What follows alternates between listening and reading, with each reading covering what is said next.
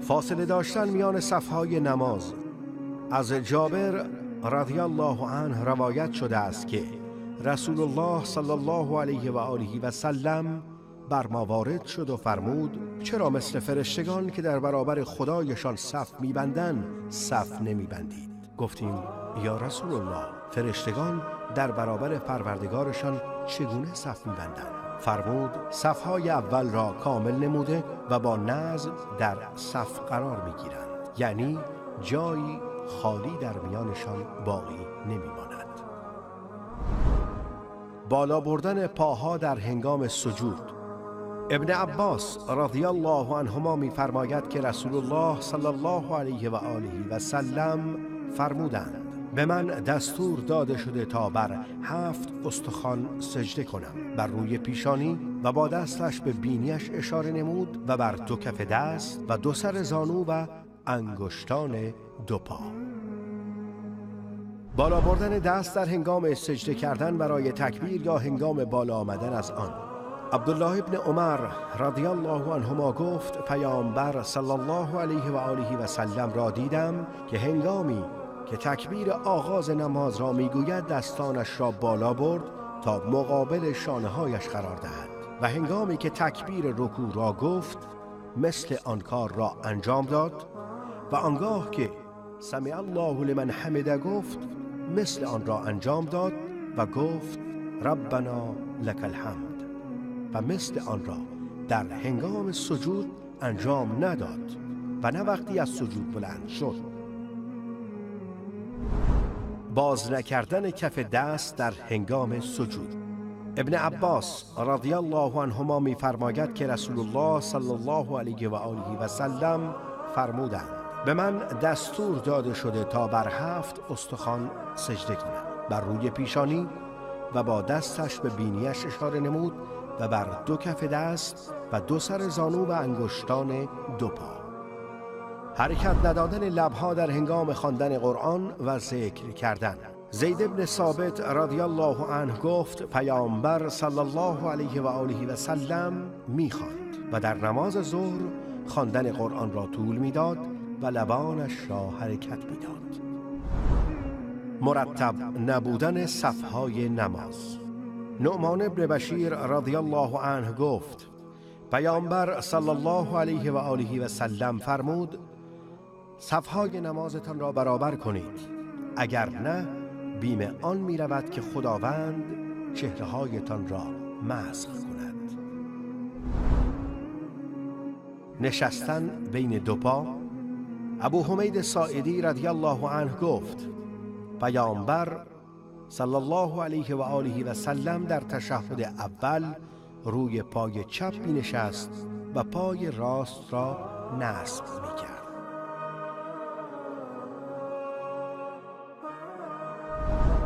جمع کردن لباس در نماز.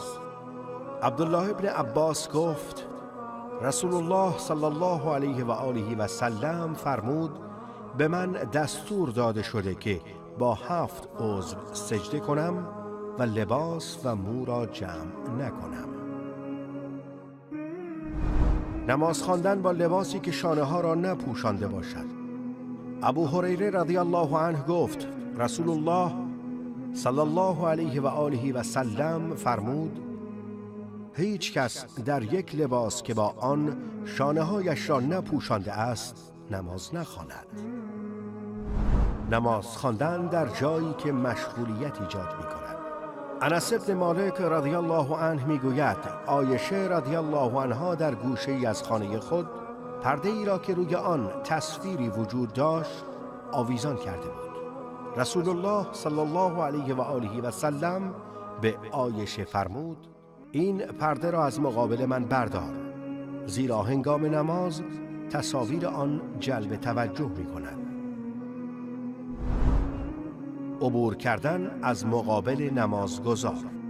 ابو جهیم گفت: پیامبر صلی الله علیه و آله و سلم فرمود: کسی که از جلوی سجده نمازگزار عبور می کند اگر می دانست مرتکب چه گناهی بزرگی شده است 40 روز صبر می‌کرد و از جلوی نمازگزار عبور نمی‌کرد. ابو نضر یکی از راویان حدیث گفت نمی‌دانم، گفت 40 روز یا 40 ماه یا 40 سال. تکبیر آغاز نماز در حال پایین آمدن جهت رکوع برای کسی که با تأخیر به نماز رسیده. ابو هریره رضی الله عنه گفت پیامبر صلی الله علیه و آله و سلم فرمودند هر وقت برای نماز برخاستی پس تکبیر بگوی.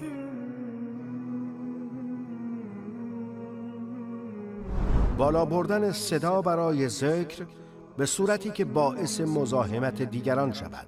بدانید که همه شما با پروردگار خود در حال مناجات هستید، پس همدیگر را آزار ندهید و صدای خود را در هنگام خواندن نماز یا قرآن یا ذکر بر یکدیگر بلند نکنید.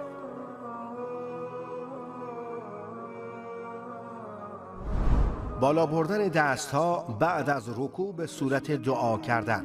عبدالله ابن عمر رضی الله عنهما گفت رسول الله صلی الله علیه و آله و سلم را دیدم که نماز را با تکبیر شروع کردند و دستانش را هنگام تکبیر گفتن به بالا برد تا این که آنها را در مقابل شانه‌هایش قرار دهد. بالا نیامدن بعد از رکوع به طور کامل. ابو هریره رضی الله عنه گفت پیغمبر صلی الله علیه و آله و سلم فرمود آنگاه رکوع را به جای آور تا اینکه در هنگام رکوع بدنت بی حرکت می گردد. سپس از رکوع بلند شو تا اینکه قامتت راست و بی حرکت شود. رکوع رفتن به صورت نادرست.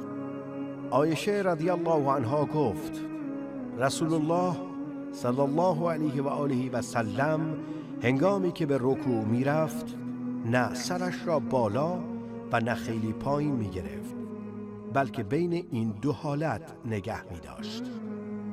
انجام کارهای بیهوده در نماز. جابر ابن سمره گفت رسول الله صلی الله علیه و آله و سلم روزی بر ما وارد شد و فرمود چرا دستانتان را مانند دم اسبی که زیاد حرکت می کند به بالا برده اید؟ در نماز آرام بگیرید. منتظر ماندن تا اینکه امام از جایش برخیزد.